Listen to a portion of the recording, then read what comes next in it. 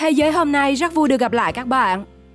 Hiện tại có một số người cho rằng cuộc sống chúng ta đang ngày càng trở nên thực dụng, mối quan hệ giữa người với người trở nên lạnh nhạt, hời hợt theo kiểu sống chéo mặt bay. Đó là vì họ chưa có dịp nhìn thấy những tình huống của lòng tốt và sự tử tế.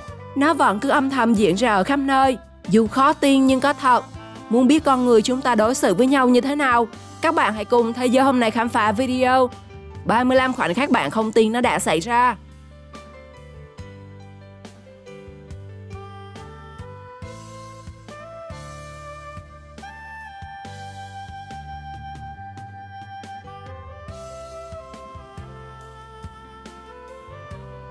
Thấy người vô gia cư vào quán, lại ăn đồ ăn thừa của khách.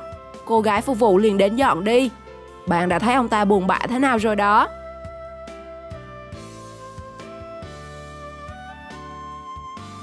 Nhưng sau đó, cô gái đã đem ra một phần đồ ăn mới, khiến người đàn ông nghẹn ngào, xúc động. Người ta có thể quên đi những điều bạn nói, nhưng những gì bạn để lại trong lòng họ thì không bao giờ có thể phai nhạt.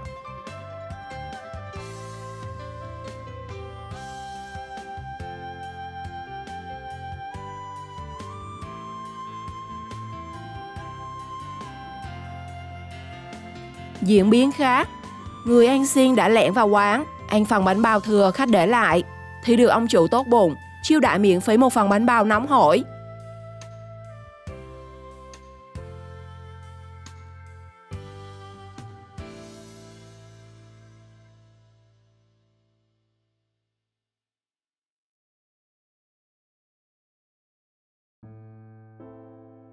Thấy chú cừu bị kẹt giữa rãnh đất, cậu bé đã cố gắng hết sức lực nhỏ bé của mình để kéo nó ra, chỉ vì không muốn nó gặp phải kết cuộc không mấy tốt đẹp.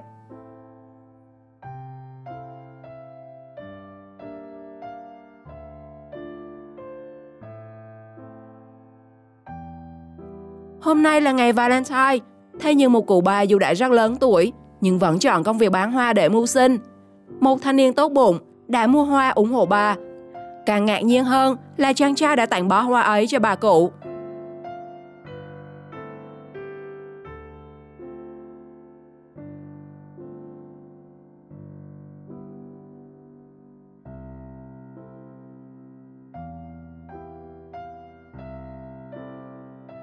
Nếu không để ý, sẽ ít ai phát hiện ra hành động tử tế của bác tài xế xe bus.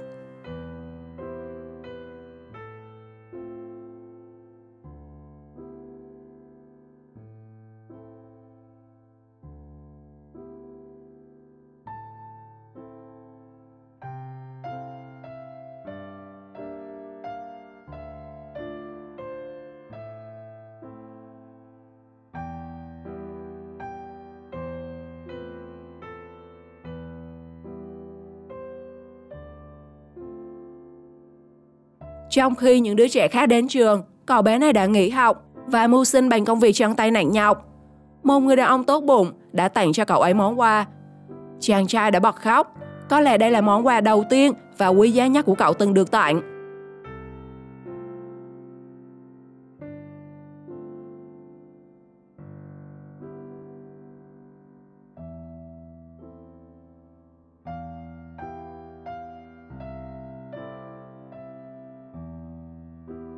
Từ lúc sinh ra, cậu bé chưa từng được nghe âm thanh của cuộc sống, cho đến khi được gắn thiết bị trợ thính. Hãy nhìn biểu hiện của cậu bé, thế mới thấy hạnh phúc gần gũi lắm các bạn à. Thậm chí đơn giản chỉ là được nghe tiếng mọi người gọi mình.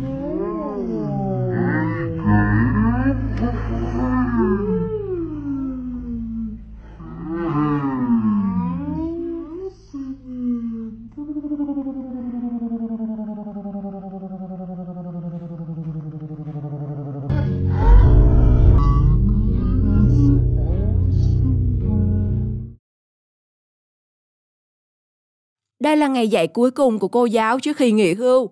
Nhưng trước khi rời khỏi bục giảng, cô đã nhận được món quà đầy bất ngờ và tình cảm từ những học sinh và đồng nghiệp của mình.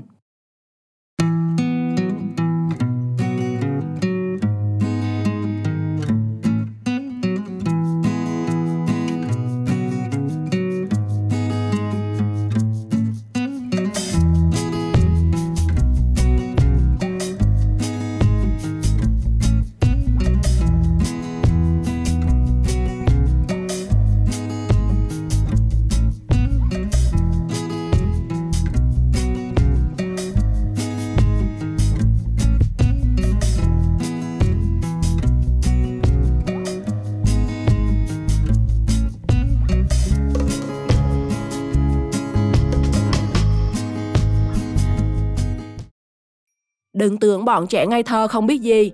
Nhiều khi sự tử tế của chúng còn khiến cả những người trưởng thành như chúng ta phải học tập.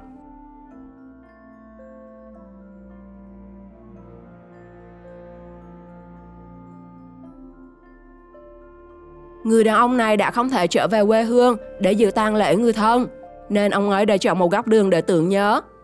Thấy thế, người thanh niên đã dùng một chiếc khăn lót xuống mặt đường để người đàn ông cúi lạy sạch sẽ hơn.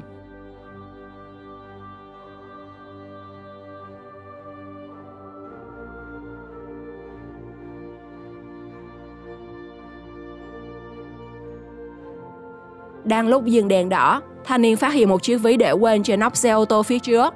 Thế là anh xuống xe và giúp lấy nó đưa lại trong sự ngạc nhiên và vui mừng của chủ xe.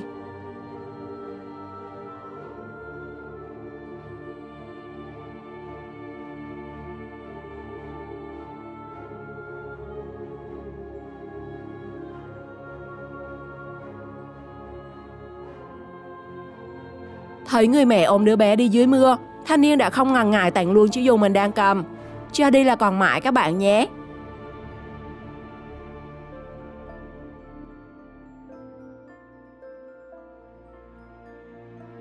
Sau 4 năm xa cách, cô gái bất ngờ trở về gặp lại người thân gia đình và khoảnh khắc họ gặp nhau làm nhiều người không khỏi xúc động, thậm chí là rơi nước mắt. Bởi có không ít người vì cuộc sống mà phải rời xa gia đình mình trong thời gian rất lâu. Vì thế, mọi người hãy trân trọng từng phút giây có được bên người thân gia đình mình nhé.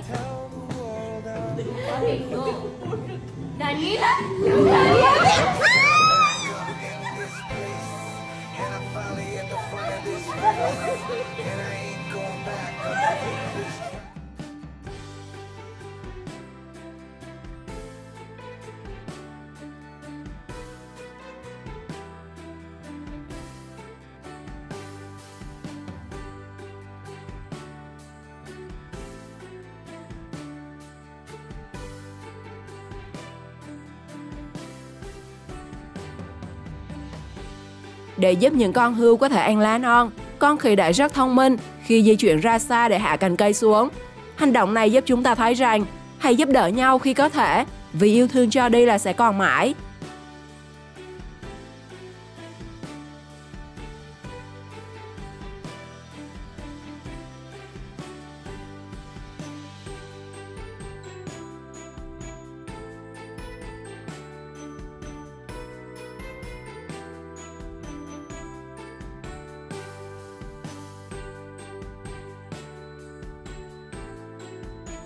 Thanh niên kéo xe hàng vất vả lên dốc, người đàn ông đã đưa đồ cho con mình cầm, rồi nhanh chóng đẩy tiếp xe.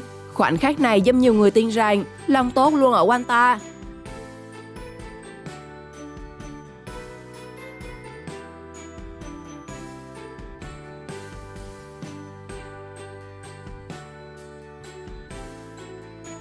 Khoảnh khắc cô bé tặng và giúp người đàn ông vô gia cư uống nước đã dạy cho chúng ta một bài học về việc sống.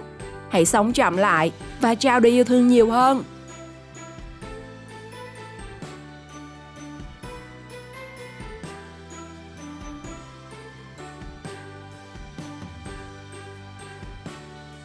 Hành động giúp người công nhân vệ sinh quét dọn lối đi của người phi công chắc chắn đã chạm đến trái tim của không ít người bởi cái tâm và cái tầm của sự tử tế.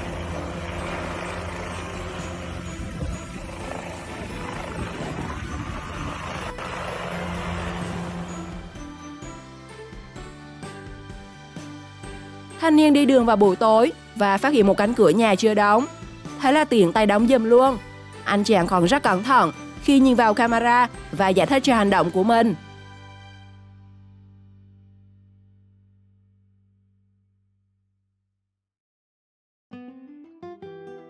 Thường bạn sẽ thấy người ta mua chim phóng sinh ở chùa, nhưng người đàn ông này dù đang lái ô tô trên đường vẫn quyết định giúp trả tự do cho những chú chim tội nghiệp.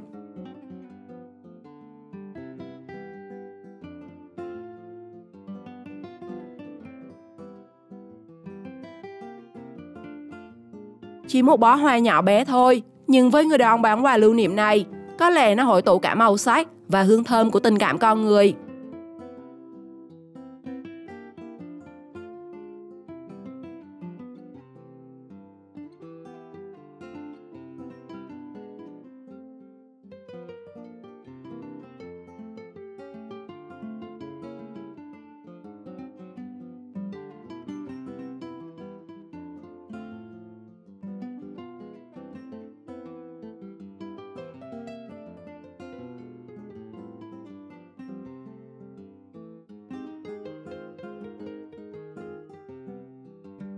Nhìn thấy một người đàn ông vô gia cư đang cởi trần và run rẩy trên tàu điện ngầm, thanh niên đã không ngần ngại cởi áo của mình và tự tay mặc cho người đàn ông và tặng cả chiếc nón len để giữ ấm.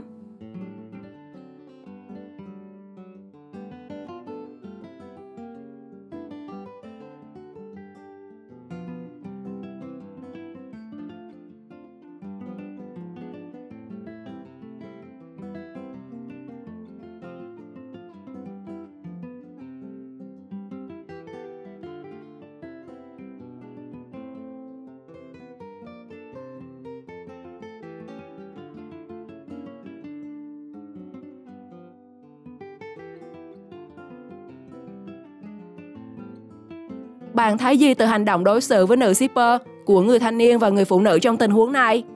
Hãy comment ý kiến của bạn cho mọi người biết trong phần bình luận nhé!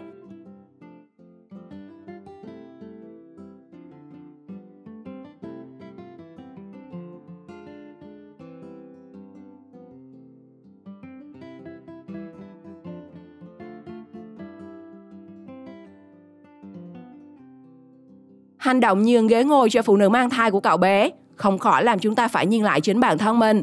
Đã bao giờ khi tham gia các phương tiện công cộng, bạn nhường ghế ngồi cho người ưu tiên như cậu bé? Hay thờ ơ như những người đàn ông trong đoạn video?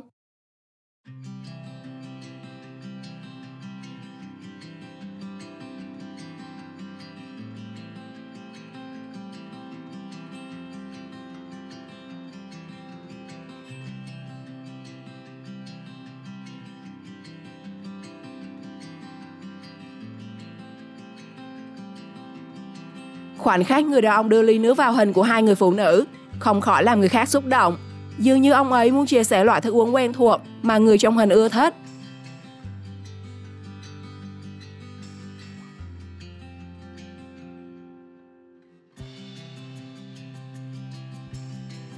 Một chiếc áo đối với vận động viên bóng chày Pujol sẽ chẳng là gì, nhưng nó lại là tất cả với một fan hâm mộ cuồng nhiệt, đặc biệt là những đứa trẻ.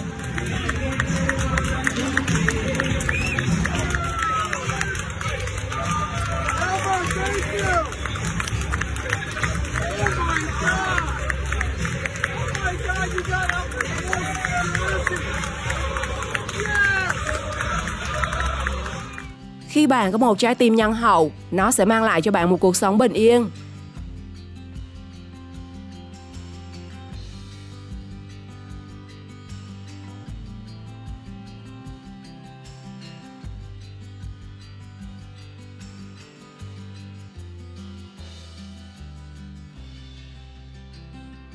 Khi đang ở trên xe ô tô cùng mẹ, cậu bé nhìn thấy bà cụ gặp khó khăn khi di chuyển lên bậc thang của công viên.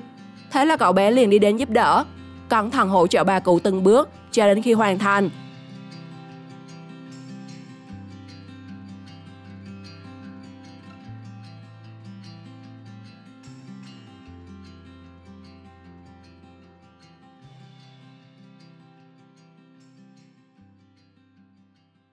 Dù phần thưởng chỉ là một cái ôm, nhưng trên gương mặt cậu lại là nụ cười có thể chạm đến trái tim người lạ.